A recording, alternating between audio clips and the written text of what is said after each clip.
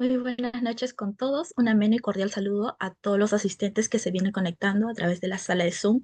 Nuestra Academia Jurídica Alex Yus les da la mayor cordial bienvenida a través de la moderación que llevo a cargo el día de hoy. Me hago presente, mi nombre es Joana Carolay Cabello Alfaro en calidad de moderadora. Expresamos asimismo el mayor ánimo y gratitud de poder comentarles que contamos hoy con la presencia de un gran conocedor del derecho. Hablamos del doctor Manuel Seña Carretero, quien nos estará compartiendo sus conocimientos y guiándonos a través del tema vicios de la voluntad. Por otro lado, a fines de conocer al ponente hoy presente, comentarles que el doctor Manuel Seña Carretero es abogado especialista en Derecho Civil por la Universidad San Martín de Porres, con maestría en Derecho Civil Empresarial y maestrado en Derecho Procesal por la Universidad Mayor de San Marcos.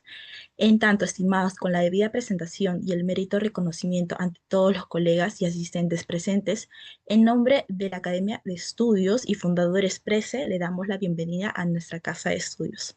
De igual manera, estimados colegas, hacerles recordar que si tienen alguna pregunta o alguna palabra de elogio para el ponente, pueden utilizar nuestro chat de Zoom y dejar todo ahí. Acá dejando todo recalcado, vamos a comenzar con la ponencia. Doctor, tiene el uso de la palabra.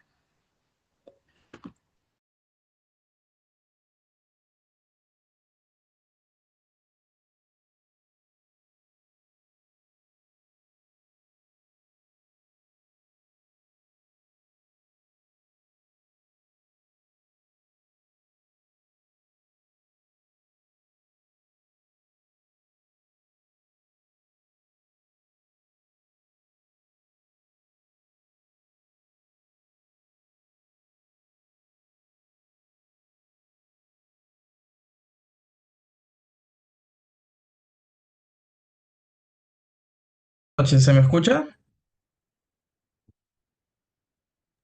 Sí, doctor. Sí se le escucha ¿Qué tal? perfectamente. Disculpa. No sé si podrías reiniciar nuevamente porque tuve un problema de conexión, por favor.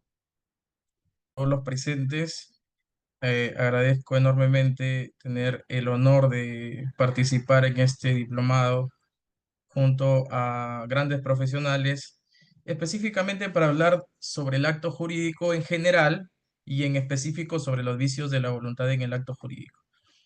Voy a compartir unas diapositivas. ¿Me confirman si es que se ven, por favor? En efecto, doctor. Sí se visualiza la diapositiva. Buenas noches. Sí.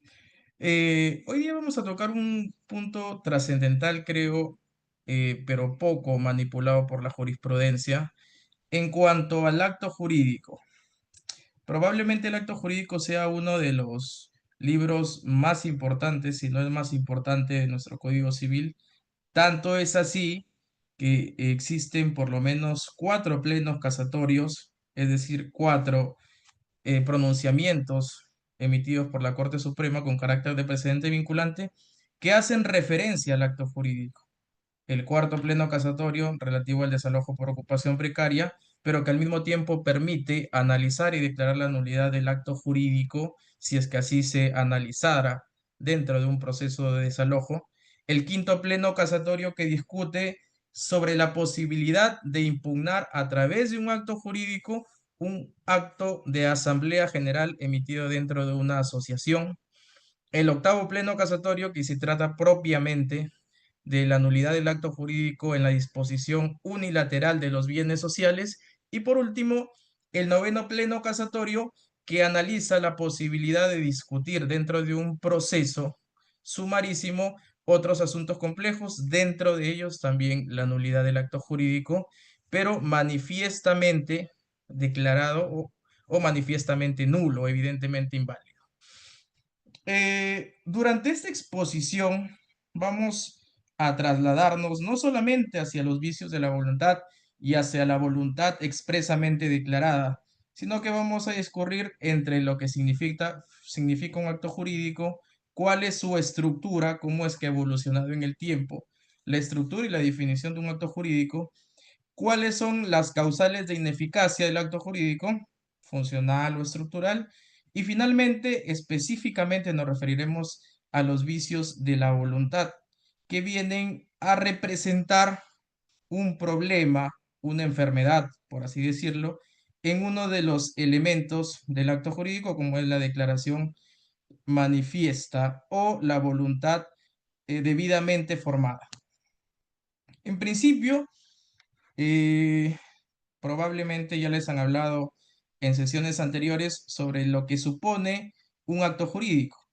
Las características propias de un acto jurídico, si la queremos definir de manera simple, es que el acto jurídico es un hecho humano, porque recordemos que los hechos pueden producir efectos jurídicos y que el acto jurídico se encuentra específicamente como una especie dentro del género hecho jurídico, de manera que podemos decir que todos los actos jurídicos son hechos jurídicos, pero no necesariamente todos los hechos jurídicos son actos. Por ejemplo, el acto de nacimiento o de fenecer, de fallecer, es un hecho jurídico que produce efectos, pero que no supone una declaración de voluntad que genere situaciones o relaciones jurídicas, a diferencia de un testamento, por ejemplo. ¿Correcto?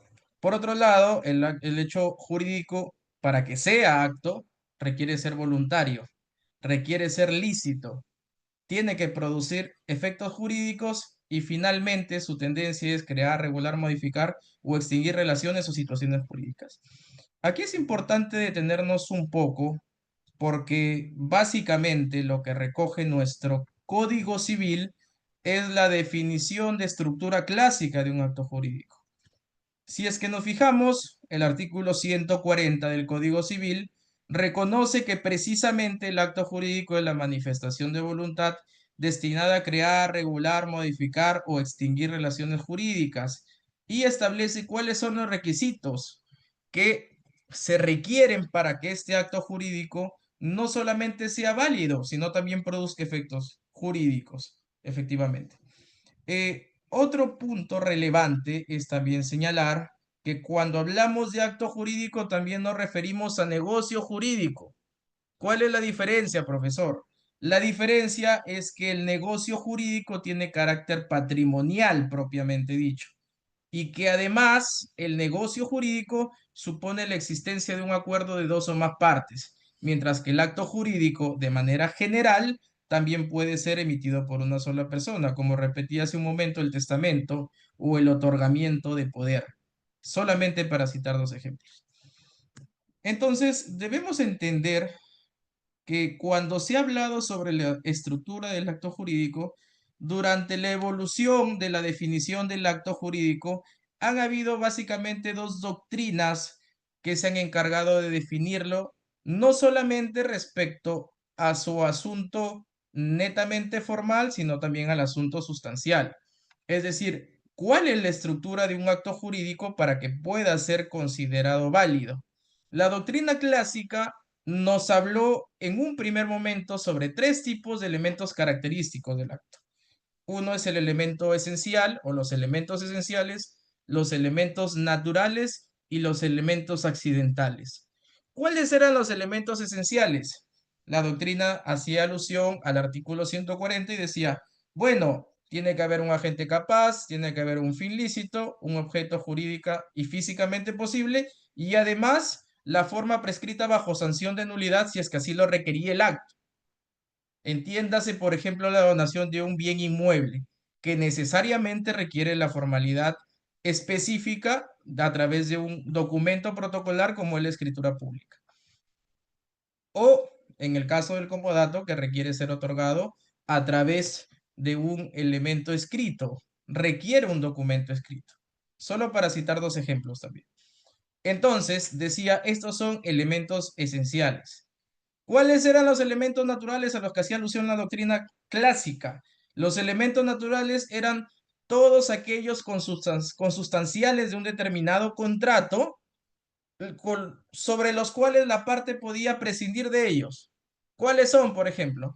Si es que celebramos un contrato de obligación de dar suma de dinero o un contrato de mutuo, ¿correcto?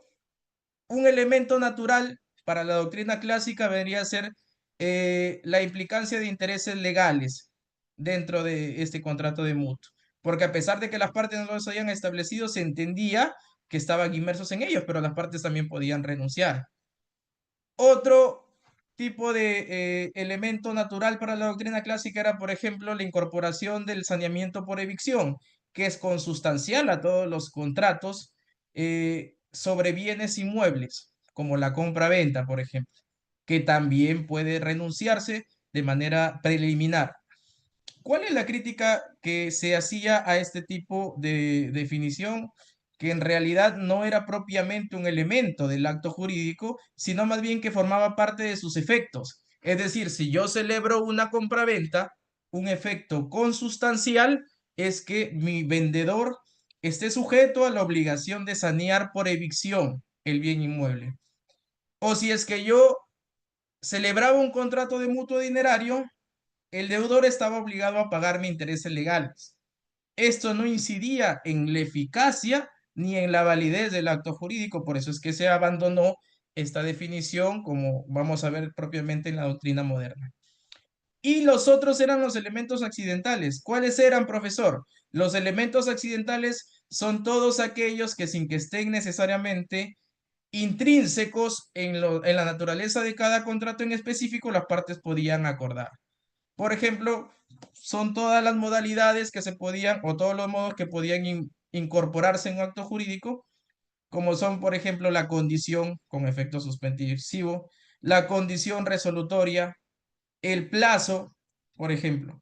Entonces, básicamente, la crítica que se hacía a los elementos accidentales, o que se hace actualmente a los elementos accidentales dentro de la definición clásica, es que los elementos accidentales, cuando se incorporan al acto jurídico, pasan a formar parte de él.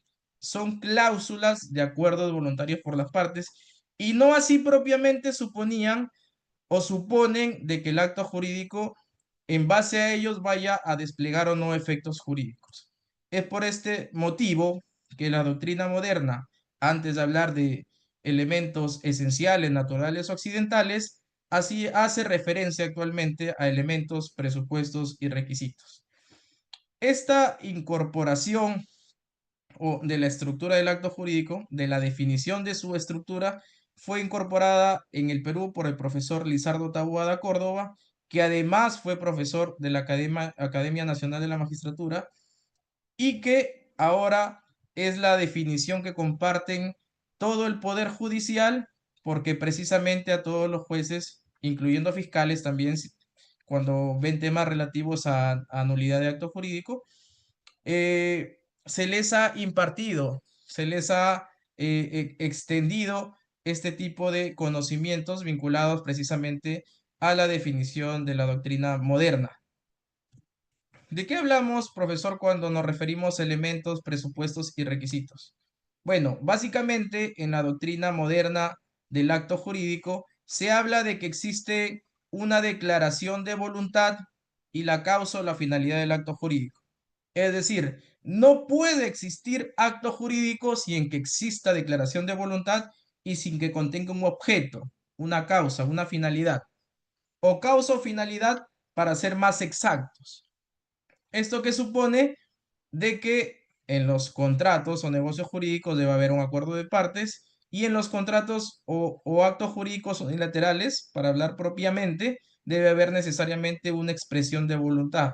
Es decir, debe haber intención, debe haber conciencia y debe haber libertad para expresar la voluntad. Y tiene que tener una causa o finalidad porque necesariamente se basa en la intención de la parte que declara la voluntad o de las partes que acuerdan. ¿Cuáles son los presupuestos? Los presupuestos del acto jurídico son todos aquellos que preexisten a su celebración, que se incorporan en el acto jurídico como parte de su estructura, pero que son independientes de aquel porque preexisten. Por ejemplo, todos los sujetos que van a celebrar actos jurídicos son independientes del acto porque sobreviven, persisten a pesar de que no exista el tal acto jurídico.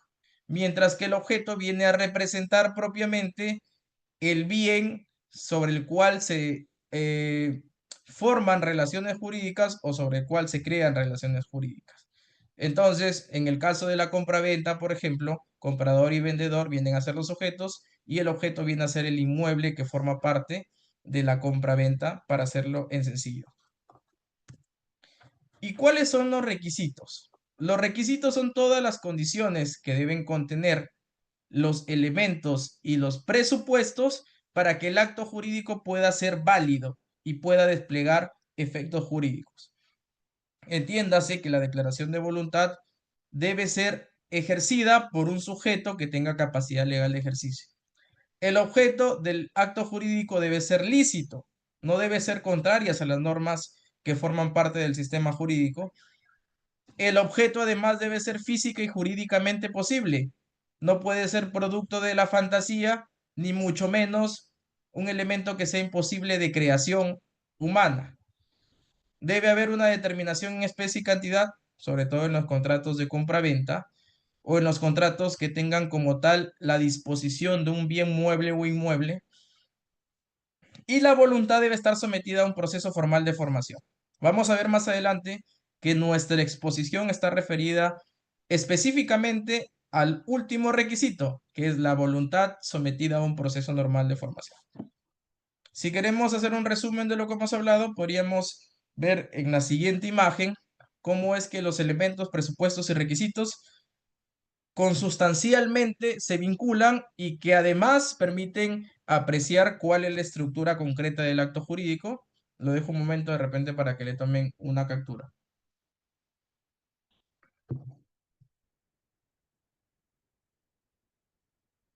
Me parece que alguien ha escrito en el chat.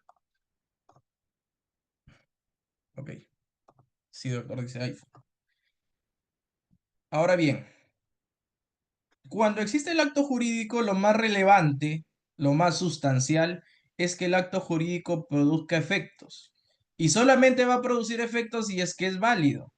Y solamente va a ser válido si es que el acto jurídico contiene una estructura tal y cual la hemos presentado hace un momento. ¿Qué ocurre, profesor, si es que el acto jurídico está mal formado? Bueno, si es que el acto jurídico está mal formado, probablemente tenga un problema de invalidez y al mismo tiempo problemas en la emisión de efectos.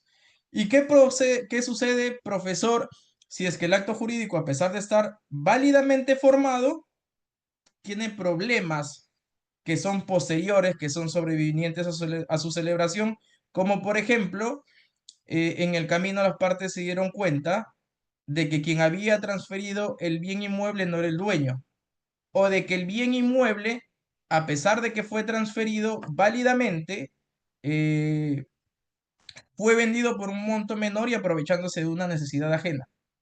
O que a pesar de haberse transferido correctamente el inmueble, no se cumplió con uno de las cláusulas que se habían establecido a forma de obligación por parte del comprador o del vendedor. Cuando hacemos alusión a esto, estamos hablando de la ineficacia del acto jurídico. Es decir, del momento en que el acto jurídico deja de desplegar efectos por la aparición de un elemento originario o de un vicio originario o de una circunstancia sobreviniente. ¿Qué significa esto? Cuando hablamos de ineficacia estructural, estamos haciendo alusión a los vicios que se producen dentro del acto jurídico desde su celebración. Son consustanciales, pueden afectar a la voluntad, pueden afectar al objeto, pueden afectar propiamente a la formación del acto jurídico y por eso es que se les denomina una ineficacia por invalidez, porque el acto jurídico es inválido, nace muerto o nace enfermo, como decía el profesor Juan Espinosa, y además es intrínseco al acto. Dentro de esta ineficacia estructural encontramos la nulidad o la anulabilidad. Los presupuestos o las causas de nulidad y anulabilidad las encontramos en el artículo 219 y 221 del Código Civil y que precisamente están vinculadas a cuando, por ejemplo, la voluntad que se expresa en el acto jurídico ha sido emitida por un agente incapaz, cuando el objeto o fin o causa o fin del acto jurídico ha sido o contiene un fin ilícito, contiene una naturaleza ilícita, por ejemplo, si es que yo acuerdo eh, comprar o vender cocaína, tiene un fin ilícito. Por ejemplo, si es que se ha producido con simulación, es decir, para engañar al banco de que me estoy desprendiendo del inmueble o para engañarle a mis hijos, a quienes no les quiero dejar una herencia, de que me estoy desprendiendo de mi patrimonio. Aquí encontramos la nulidad y la anulabilidad, como les indicaba, y específicamente está referido a vicios que se originan al momento de la celebración del acto. Son consustanciales con la celebración del acto y afectan a su estructura. Mientras que por otro lado, la ineficacia funcional, también llamada extrínseca o exterior o sobrevenida, se produce a pesar de que el acto fue válidamente formado. ¿Qué ocurre, por ejemplo, si es que yo celebro válidamente un contrato de arrendamiento, pero mi deudor, mi inquilino, deja de pagar 3 meses de renta? Yo puedo resolver el contrato y por lo tanto el contrato se deviene en ineficaz precisamente de forma sobrevenida, de forma posterior a su celebración, a pesar de que en principio fue válido. Yo no podría bajo ninguna circunstancia alegar la nulidad del acto jurídico porque mi inquilino dejó de pagar la renta. Error, dolo o intimidación. Entiendo que estás haciendo referencia, eh, estoy leyendo mensajes para tener un poco de interacción. Juan Cabeza. Mientras que por otro lado, también podemos hablar de rescisión. Por ejemplo, ¿qué ocurre si es que yo soy dueño de un inmueble que vale $200,000, pero tengo un accidente y por este accidente necesito hacerme una operación eh, a las piernas? Porque si es que no me opero, probablemente voy a quedar discapacitado. Y necesito urgente $30,000 para operarme, del cual no dispongo. Esta situación me lleva a que yo busque a uno de mis amigos y le ofrezca el bien por $30,000. O le ofrezca el bien por $100,000 porque estoy desesperado, pero este amigo, aprovechándose de mi circunstancia, me dice: no, doctor, yo te lo compro, pero por $30,000. En esta situación ocurre lo que se denomina legalmente lesión, es decir, que se está comprando un bien por debajo de las 2/3 partes de su valor, bajo lo cual yo podría posteriormente alegar la rescisión del contrato y por lo tanto declarar su ineficacia. O, por ejemplo, ¿qué ocurre si es que existe la venta de un bien por una persona que no es dueña del mismo, pero yo actué confiando en que precisamente esta persona era el propietario? También el Código Civil establece que es una causal de rescisión. Rescisión. Así es, Diego Vázquez. Y otra de las causales también es la revocación. En la ineficacia funcional también se encuentra la revocación. ¿Qué significa la revocación, profesor? Nuestro Código Civil reconoce un acto claro de ineficacia funcional, que es específicamente la revocación de la donación. ¿Qué ocurre si es que yo realizo una donación a uno de mis hijos y posteriormente sobreviene una causal de indignidad? Por ejemplo, mi hijo intenta atentar contra mi vida y yo obtengo a partir de eso una sentencia condenatoria de homicidio en grado de tentativa, por ejemplo. Yo puedo a partir de esto revocar la donación que le hice a mi hijo y se convertiría a partir de la revocatoria de donación notarial inscrita en registros públicos en un acto ineficaz, en un acto con ineficacia sobrevenida de manera funcional. Aquí quiero detenerme, ya hablando de casos concretos, porque cuando hacemos alusión a la revocación de donación, justamente acabo de tener un caso real de que una persona que le donó un bien a su pareja, luego de que se separaron, le revocó la donación, aduciendo de que le había presentado una denuncia calumniosa en su contra, porque en algún momento lo denunció por violencia familiar. Y a pesar de que existió la violencia, a pesar de que existieron medidas de protección, una de estas denuncias se archivó. ¿Cuál es el gran problema que tiene nuestro sistema? En nuestro sistema jurídico y en la interrelación que existe entre las funciones notariales y registrales, no existe una disposición que obligue a los notarios, en el caso de que alguien acuda a hacer una revocación de donación, que compruebe si es que efectivamente existe la causal de revocación de donación, es decir, si es que existe una causal de indignidad en el donatario. De manera que incluso el tribunal registral se ha pronunciado de que al momento de calificar la inscripción de una revocación, el registrador no podría bajo ninguna circunstancia analizar cuáles son los requisitos, lo cual considero que es un despropósito y una falla por parte del sistema, porque estaríamos ante revocaciones de donaciones de manera arbitraria por parte de los donantes, de manera incluso abusiva, porque en este caso, donde la persona que había sido la donataria y que luego se le revocó la donación, había incluso puesto dinero para comprar el inmueble, pero por distintos motivos no pudo adquirirlo a manera de compraventa, sino a manera de donación.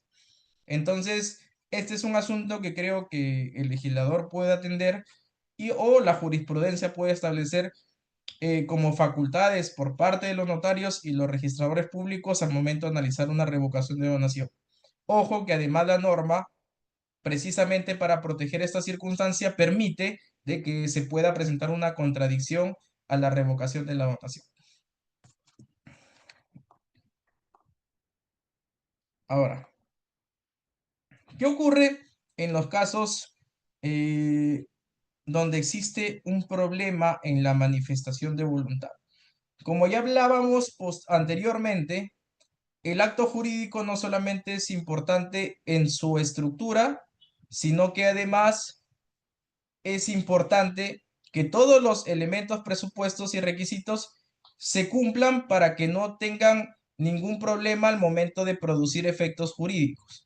Y precisamente uno de esos elementos del acto jurídico, si no el más importante, es la manifestación de voluntad, entendida como aquella voluntad sana y manifestada, o aquella manifestación de voluntad de la gente que modifica, genera, transforma y extingue derechos, y que es el resultado de una conjugación de elementos internos, como son discernimiento, intención y libertad, que tienen además un correlato o una lógica con la declaración expresa de la voluntad, que vendría a ser su elemento externo. El Código Civil en los artículos 141 y 142 reconoce que la declaración de voluntad puede ser expresa o puede ser tácita.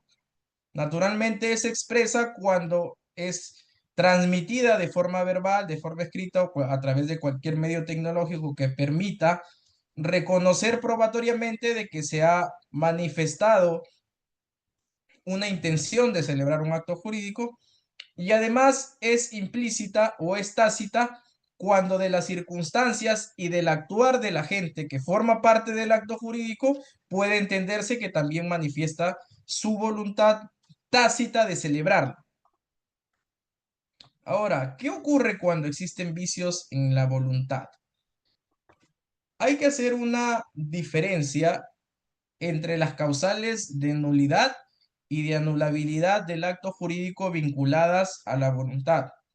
Nuestro Código Civil reconoce, por ejemplo, que el acto jurídico sea nulo cuando falte una manifestación de voluntad.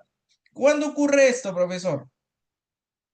No ocurre, por ejemplo, cuando se hace alusión, he visto muchos casos de abogados que alegan la falta de manifestación de voluntad en los casos de venta de bien inmueble por persona ajena al verdadero propietario. Se dice en estos casos de que como el bien pertenece a un propietario y éste no ha expresado su voluntad, sino lo ha expresado una persona ajena, estaríamos frente a una falta de manifestación de voluntad. Lo cual es un craso error porque, como ya explicaba hace un momento, no existe un problema propiamente de validez del acto, sino más bien de eficacia. En este caso estaríamos frente a una causal de rescisión porque efectivamente no puede este bien ser eficaz frente al verdadero propietario. Es decir, tenemos un acto jurídico válido plenamente porque tiene todos los elementos estructurales, pero hay problemas de eficacia porque quien aparece como vendedor no es el verdadero propietario en la venta de un bien ajeno. Entonces, la solución que ha encontrado el sistema en estas circunstancias es que se declare la ineficacia. Es decir, que el bien, si bien puede ser válido entre las partes celebrantes para efectos de cobrar una indemnización, por ejemplo, no surte efectos frente al verdadero propietario, de manera que el propietario original no tiene la obligación de respetarlo.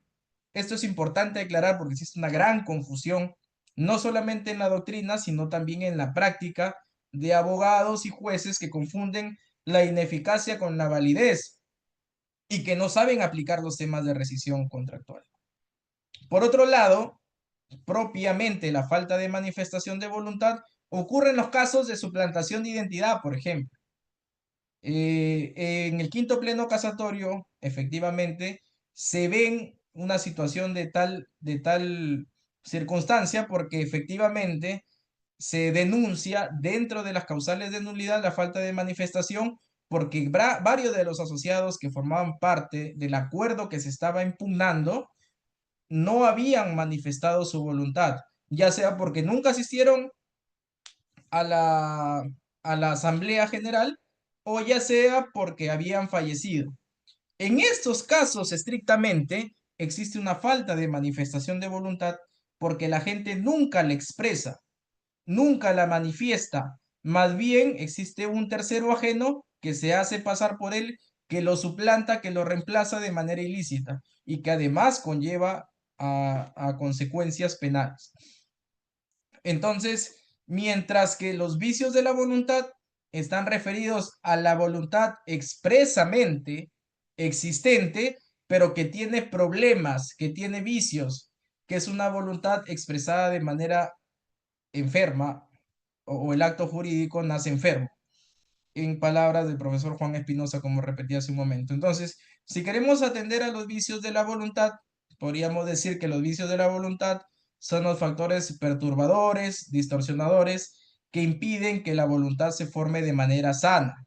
De manera sana, obviamente, se dice de manera simbólica para indicar de que la voluntad no sea, la voluntad externa no se condice con la voluntad interna y que existe un quebrantamiento entre esta lógica que debe existir siempre y para que hayan problemas en la producción de efectos jurídicos. Precisamente dentro de estos vicios de la voluntad, nuestro Código Civil reconoce tres circunstancias o tres causales. Una es el dolo, otro es el error y otra es la violencia o la intimidación, que a veces se confunde como sinónimos, pero que en realidad la doctrina se ha encargado de establecer que no lo son, como ya veremos más adelante. Ahora, profesor, ¿qué ocurre cuando existe un vicio de la voluntad? Cuando existe un vicio de la voluntad, a diferencia de un acto jurídico nulo que nace muerto, las partes que celebran el acto pueden confirmar su voluntad a pesar de que surgió viciada. Y si es que no lo consideran así, pueden acudir a la vía judicial a accionar lo que se denomina anulabilidad del acto jurídico.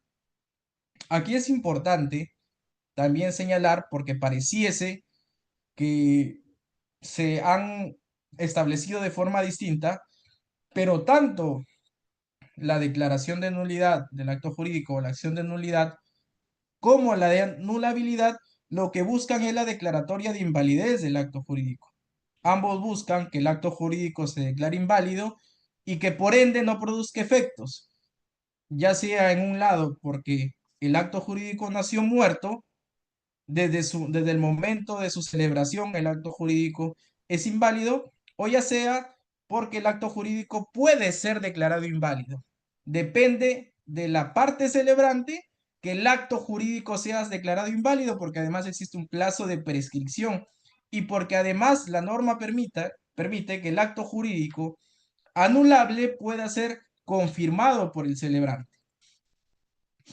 ¿Qué dice la doctrina respecto al error? ¿Qué es el error? El error ocurre cuando al momento de celebrar un acto, nosotros hemos tenido una alteración de la realidad o una ignorancia respecto al objeto, respecto al sujeto o respecto al motivo por el cual se celebró el acto. ¿Qué ocurre, por ejemplo, si es que yo voy a comprar un bien agrícola porque quiero producir arroz, pero resulta que como yo no soy un experto, yo no soy agrónomo, no sé que me están vendiendo tierras eriazas?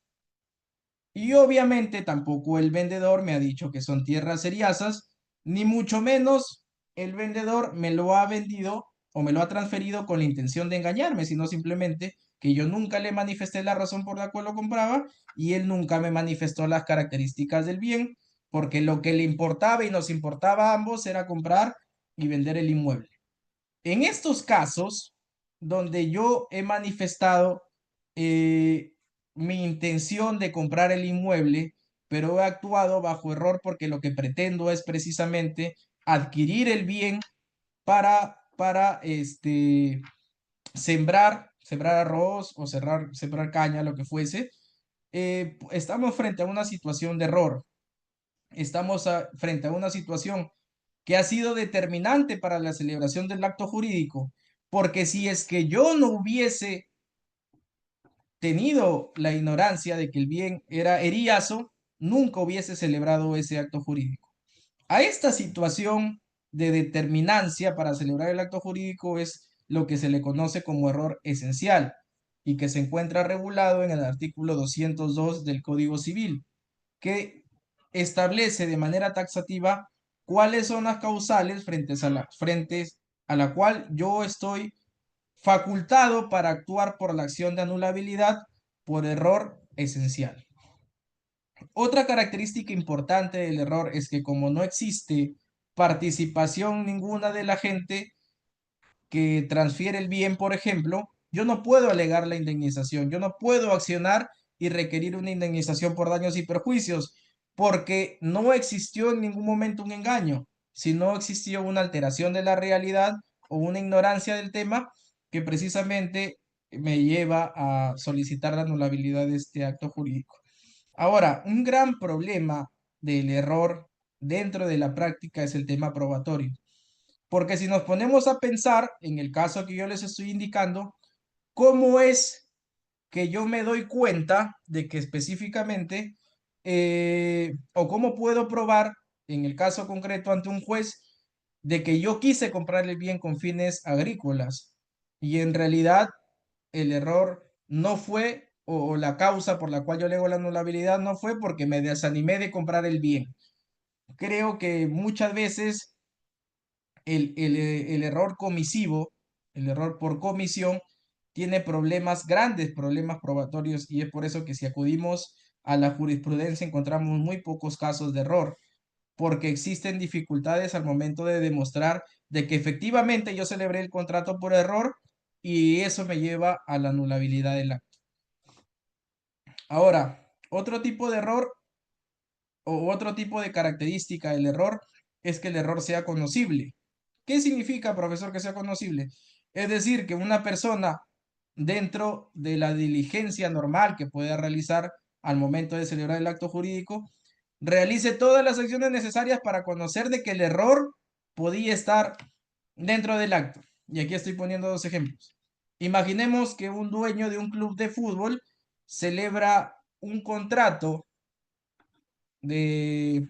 laboral con el imitador de Cristian Cueva o con el imitador de Pablo Guerrero. Y luego aduce de que incurrió en error y pretende la anulabilidad del contrato porque él no conocía que eran imitadores y más bien por su apariencia pareciese que fueran los verdaderos a los que él pretendía contratar. En este caso, no existe un error cognoscible. Por el contrario, él se puede dar cuenta a través de la celebración del contrato de que las partes tienen un nombre distintos a los que él pretendía contratar. A pesar de que los imitadores pueden parecerse mucho, existe manera, a través de la debida diligencia, de darse cuenta de que efectivamente las personas, en este caso, sus trabajadores, no eran ni Paolo Guerrero ni eran Cristian Cueva, para entenderlo de forma más sencilla. Ahora, el siguiente error del vicio el siguiente vicio de la voluntad se denomina dolo, raramente llamado por el Código Civil dolo, porque en realidad lo que existe acá es propiamente un engaño, podría llamarse anulabilidad de acto jurídico por engaño. En el caso del error, que puede ser por un tema de culpa o de negligencia porque se omitió decir algo, y en el caso del engaño, a través del dolo, porque específicamente de manera malintencionada se está omitiendo declarar algo del bien o del objeto del contrato con el propósito de obtener una ventaja para sí o hacia un tercero. ¿Qué ocurre para entender el tema del dolo? Si es que yo pretendo comprar un vehículo deportivo de último modelo, me lo transfieren como nuevo, pero a pesar de eso era un bien usado, donde se ha manipulado el kilometraje, donde se ha pintado y se ha hecho pasar como un bien o un vehículo nuevo.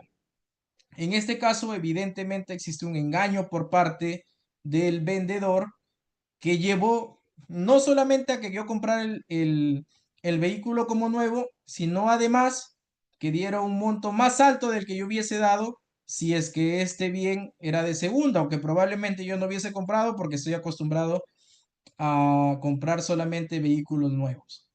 En este caso, el agente perjudicado queda facultado para demandar anulabilidad por dolo porque ha sido engañado y ha sido inducido al engaño para obtener una ventaja a favor del comprador. Hay un caso que se pone como ejemplo en la doctrina y que además resulta un caso emblemático en Estados Unidos. Eh, es el caso de dos agentes inmobiliarios, vamos a ponerle Juan y José, que conocen precisamente las características del mundo inmobiliario. Uno de ellos, conociendo de que justamente se iba a construir Walt Disney cerca a una de las propiedades de Juan, si José conocía que una de las propiedades de las cuales era propietario Juan iba a ser objeto de este sitio recreacional y turístico como es Walt Disney, pretende comprárselo y se lo compra por un monto que en ese momento, supongamos, costaba $200,000, ocultándole específicamente de que en unos meses iba a construirse Walt Disney. Él por un tema de contactos sabía de que se iba a construir Walt Disney y que por lo tanto el bien iba a aumentar sus valores 10 veces más, es decir, iba a costar $2 millones. En este caso, citado en la doctrina, la jurisprudencia precisamente reconoce que existió un dolo por omisión porque el comprador omitió decirle al vendedor de que se iba a celebrar, se iba a producir esta construcción que iba a acrecentar el valor del bien y por lo tanto le iba a, a multiplicar por 10 veces sus ganancias para el futuro. A pesar de que es un tanto polémica esta decisión, nos permite graficar de manera bastante ejemplificativa, bastante didáctica, cómo es que se puede cometer un dolo por omisión, que es cuando yo oculto determinada característica, pero ya no en calidad de vendedor, sino en calidad de comprador. Probablemente, a pesar de que sea polémico, dentro de un sistema liberal, yo creo que esta circunstancia debería ser desechada en el sentido de que nuestro Código Civil, además siendo proteccionista o paternalista, ha reconocido la posibilidad de que en circunstancias esta como el engaño, en el caso de la lesión, se permita de que uno de los celebrantes pueda alegar la anulabilidad o la rescisión del acto jurídico y por lo tanto pueda dejar sin efecto un contrato válidamente creado, válidamente formado, en el cual no existió ninguna interferencia, pero que por circunstancias propias del sistema, de la legalidad, se ha llevado a declarar ya sea su anulabilidad o ya sea su rescisión.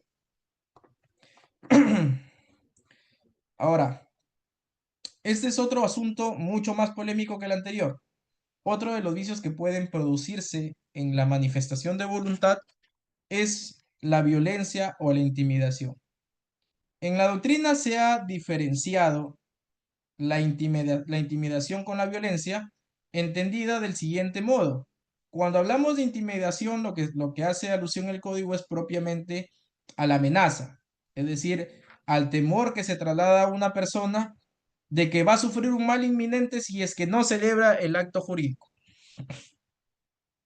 Imagínense, por ejemplo, de que una persona que vive en Lima es intervenida por uno de los miembros de la organización criminal Los Injertos del Cono Norte y con un arma le dice, si es que tú no me vendes tu propiedad por 50.000 soles, yo voy a matarte a ti y a toda tu familia, o voy a matar a tu primo, o voy a matar a tu tío, o voy a matar a tu nieto. ¿Por qué menciono esto y por qué menciono los grados?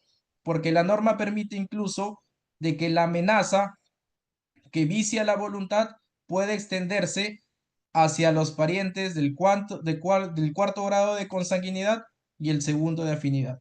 ¿Qué ocurre en este caso? Existe un vicio del acto jurídico, un vicio en la voluntad que va a conllevar a que esta persona que ha sido intimidada o amenazada pueda solicitar la anulabilidad del acto y por lo tanto pedir su invalidez. Ahora, frente a esta circunstancia, también otro gran problema que existe es precisamente el tema probatorio, porque existen circunstancias donde puede haber amenaza o intimidación, pero no haya forma de probar esto. Entonces, un gran trabajo que le queda al abogado y también al juez es analizar cómo justificar la existencia de la amenaza. Ahora, otra causal o otra arista que tiene precisamente el vicio de la voluntad denominada violencia e intimidación es propiamente la violencia física, llamada así como una fuerza física e irresistible que nos lleva a la celebración de un acto jurídico. El profesor Lizardo Taboada, por ejemplo, ha dicho que cuando exista una violencia física, en realidad lo que hay es una falta de manifestación de voluntad, porque se ha llevado a cabo un acto jurídico, o se ha celebrado un acto jurídico sin que realmente exista la voluntad de la persona de hacerlo. Por ejemplo, ¿qué pasa si es que alguien golpeándote toma tu mano y firma una compraventa o una donación que tú nunca quisiste celebrar? En este caso no hay propiamente una manifestación de voluntad. Existe la voluntad expresada, entre comillas, pero no existe ni intención, ni libertad, ni discernimiento. O discernimiento existía, pero tú sabes que es algo malo. Entonces, en estos casos, considero, al igual que el profesor Lizardo Taboada, que estamos frente a un caso de falta de manifestación de voluntad y que el acto jurídico nace muerto, el acto jurídico de por sí es inválido. Y lo que deberíamos buscar en este caso sería la nulidad del acto. Mientras no exista una reforma en nuestro Código Civil, hablaremos de la violencia física como una causal de anulabilidad por vicio de la voluntad y no propiamente como una causal de nulidad, de la cual yo creo que justamente los grupos de reforma al Código Civil que se han formado podría modificar a efectos de que se haga más fácil para las partes poder acudir a la vía judicial y reclamar precisamente la nulidad de este acto por un tema de violencia o por falta de manifestación de voluntad. Ahora, otro problema precisamente en la identificación de esto, en los casos de error, dolo o intimidación, es que las causales de anulabilidad tienen un plazo de prescripción de la acción distinto al de la nulidad. Por lo tanto, si es que yo opto por el tema de anulabilidad, probablemente en algún momento podría prescribirse la acción porque puede estar bajo amenaza durante el tiempo posterior a la celebración del contrato que me impida que yo acuda a la vía judicial. Entonces, si es que esta amenaza cesa luego de los 2 años, yo no voy a poder ejercer la acción y esta acción va a quedar prescrita y por lo tanto va a quedar convalidada o confirmada, como dice la norma, de manera tácita. ¿Cuáles son aspectos relevantes que debemos conocer respecto a la violencia o intimidación? Uno de los aspectos importantes básicamente está vinculado ya con la acción judicial, porque al momento de analizar una acción de anulabilidad por violencia o intimidación, el juez no solamente debe dejarse llevar por lo que señale la parte o las pruebas, o por lo que diga una de las partes indicando de que se ha incurrido en amenaza, porque me amenazaron, por ejemplo, con una pistola de juguete. Por eso es que debe el juez analizar el sexo, cuál es la condición de la persona que está sufriendo la amenaza o la intimidación y otras circunstancias relevantes que nos permitan establecer si es que efectivamente el acto ha sido emitido con un vicio en la voluntad. Y otra circunstancia también es que no procede cuando se realiza a través del ejercicio regular de un derecho. Por ejemplo, ¿qué ocurre si es que una pareja donde existen actos de violencia familiar le dice a la otra, si es que no me donas un bien, yo te voy a denunciar por violencia familiar? Y esta persona le dona el bien y luego aduce intimidación por esta amenaza que le ejercía una de sus parejas o su pareja propiamente.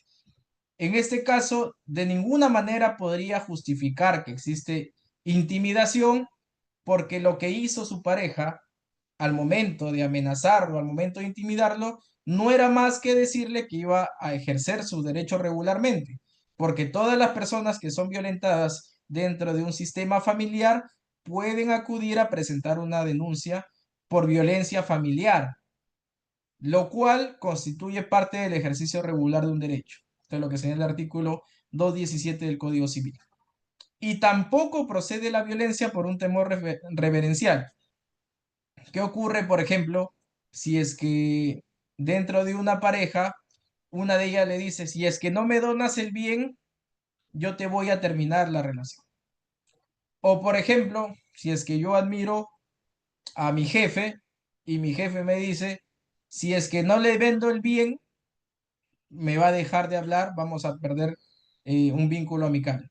En estos casos, tampoco se permite alegar la violencia o la intimidación porque precisamente existe un temor reverencial, existe un temor porque tengo a la persona de manera superior a mí, lo cual hace que pueda influir de manera emocional, pero no propiamente supone una circunstancia que pueda denominarse como vicio de la voluntad. Si es que se permitiera que a través del temor reverencial se alegase la anulabilidad del acto jurídico por vicio de la voluntad, nos llevaría a una serie de circunstancias donde por cualquier temor reverencial o donde por cualquier circunstancia que a mí me dé miedo, se alegue la anulabilidad del acto jurídico, lo cual sería un total despropósito del sistema. Y bueno, finalmente, ya para concluir la intervención, estas son algunas de las características comunes que confluyen en todos los vicios de la voluntad, en el error, en el dolo y en la violencia o intimidación. Uno, que todas son causales de anulabilidad. Y al ser causales de anulabilidad, todas pueden ser o buscar ser declaradas inválidas. Así lo señala el artículo 221, inciso 2. Además que hay otras causales de nulidad. Una de ellas es cuando confluyan el error, el dolo o la intimidación. Otra característica común es que cualquier acción judicial que quiera hacerse frente a esta, es decir, reclamarla como anulabilidad, prescribe a los 2 años de ocurrida la causal, tal como lo señala el artículo 2001, inciso 4 del Código Civil. Otra característica común: ningún contrato puede contener una cláusula de renuncia expresa a las acciones de error, de anulabilidad por error, dolo o amenaza. Porque de lo contrario, en cualquiera de estos casos, más propiamente en lo de violencia o intimidación, se podría incorporar una cláusula para que se convalide esta ilicitud cometida por el agente intimidatorio o violento. Es por eso que válidamente el código señala que todas las cláusulas que sean tendientes a buscar la renuncia anticipada del error, dolo o intimidación sean puestas nulas. sean declaradas nulas o sean declaradas como no puestas. Artículo 18 del Código Civil. ¿Qué permite también la norma? De que a pesar de que exista error, dolo o intimidación, las partes puedan confirmar el acto, las partes puedan ratificar el acto, decir que este acto, a pesar de que nació con dolo, error o intimidación, yo estoy dispuesto a mantener sus efectos a través de un documento expreso celebrado bajo la misma formalidad de lo que requiere la norma para la celebración del acto principal, o de forma tácita porque yo realizo actos que conllevan precisamente a un reconocimiento tácito del error, del dolo, de la intimidación, y que aún así me mantienen en la vigencia del acto. Y por último, la formalidad con la cual se realiza la confirmación es la misma a la cual se requiere el acto. Por ejemplo, si es que yo dono un bien inmueble a través de error o a través de dolo o intimidación, yo tendría que confirmar la donación a través de una escritura pública, porque precisamente en los casos de la donación de bienes inmuebles, como repetía al inicio de la exposición, se requiere la formalidad de escritura pública, que es un documento protocolar donde interviene un notario público. En ese marco, hemos apreciado de manera específica cómo es que se ha desarrollado el acto jurídico, cuál es su definición dentro de la doctrina actual o moderna, cuál ha sido la evolución que ha tenido, cuáles son los tipos de ineficacia que existen dentro del acto jurídico y específicamente cómo es que se maneja los vicios de la voluntad como elemento consustancial del acto dentro de nuestro Código Civil y también en la jurisprudencia. En ese sentido, espero que mis aportes hayan sido fundamentales para este diplomado y quedo atento a cualquier pregunta que puedan realizar.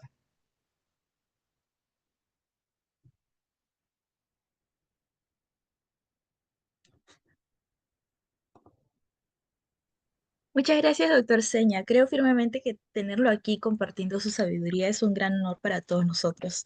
Bueno, ahora vamos a dar inicio a la ronda de preguntas. Invitamos a todos los participantes a levantar la mano si tienen alguna pregunta relacionada al tema.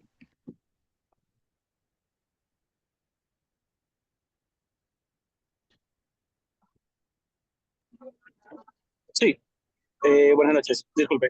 Yo tengo una pregunta. Es con referencia a la magnitud o en la forma de calcular la amenaza con respecto al dolo. ¿Sí? ¿De qué manera se podría, en todo caso, entiendo, determinar el grado de amenaza? Correcto, doctor. Esa sería mi interrogante, por favor. Bueno, sí, precisamente este es un asunto bastante complejo. Como repetía, un gran problema, no solamente al momento de determinar el grado de la amenaza, sino un gran problema es probar que existió una amenaza o que existió una intimidación.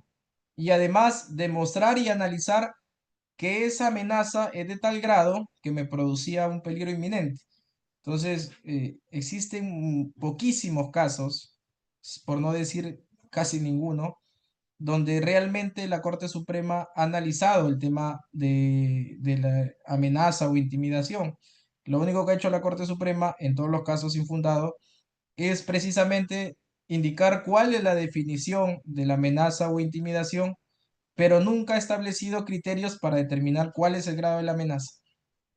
Yo creo que por eso es que el Código Civil establece de que lo que podría analizarse primero es el tema de sexo. Por ejemplo, ¿qué ocurre dentro de una relación de pareja que está también vinculada al tema de género, del cual no comparto, pero creo que existen varias aristas que nos permiten analizar la naturaleza de esto? Si es que la amenaza es de un hombre hacia una mujer, por ejemplo, o de un niño hacia un adulto, o qué ocurre si es que la amenaza es de una persona con discapacidad hacia una que no tiene discapacidad, o qué ocurre si es que la amenaza proviene de la condición de un miembro de una banda criminal. Entonces yo creo que la naturaleza de la amenaza y el grado también debe analizarse en función a estas características que establece nuestro Código Civil.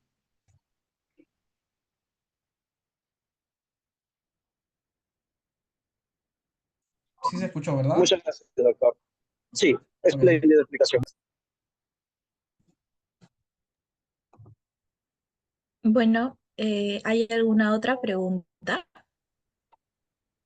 Pueden levantar la mano para poder habilitarles el micrófono y puedan preguntarle al doctor.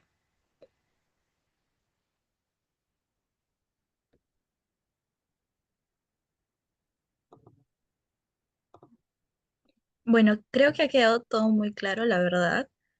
Eh, Muchas gracias, doctor Seña. Creo que firmemente que tenerlo aquí ha sido un gran día de conocimientos. Bueno, y agradecemos sinceramente su presencia y el tiempo que ha compartido con todos nosotros. Ha sido un verdadero honor tenerlo aquí, contar con su participación. Bueno, con mucho gusto queremos hacerle la entrega simbólica de un certificado de reconocimiento por su destacada ponencia y el valioso aporte que nos ha brindado en esta jornada académica. sí, Bueno, Joana. Bueno, quiero ex- agradecerles a Alex y Yus Academia por esta invitación y no solamente agradecer por el solo hecho de mi presencia, sino además porque creo que espacios como el de ustedes contribuyen a que los estudiantes de derecho, los egresados, los abogados, puedan inmiscuirse en las discusiones que en algún momento van a formar parte del ejercicio de la profesión. Y no solamente eso, sino que además a través de sus propias investigaciones puedan aportar a que en este caso se puedan generar casos reales o se pueda generar jurisprudencia y se puedan generar aportes que no existen en la doctrina. El tema de los vicios de la voluntad es un asunto que, si bien se ha tratado extensamente en la doctrina, es un asunto que pocas veces ocurre en la realidad.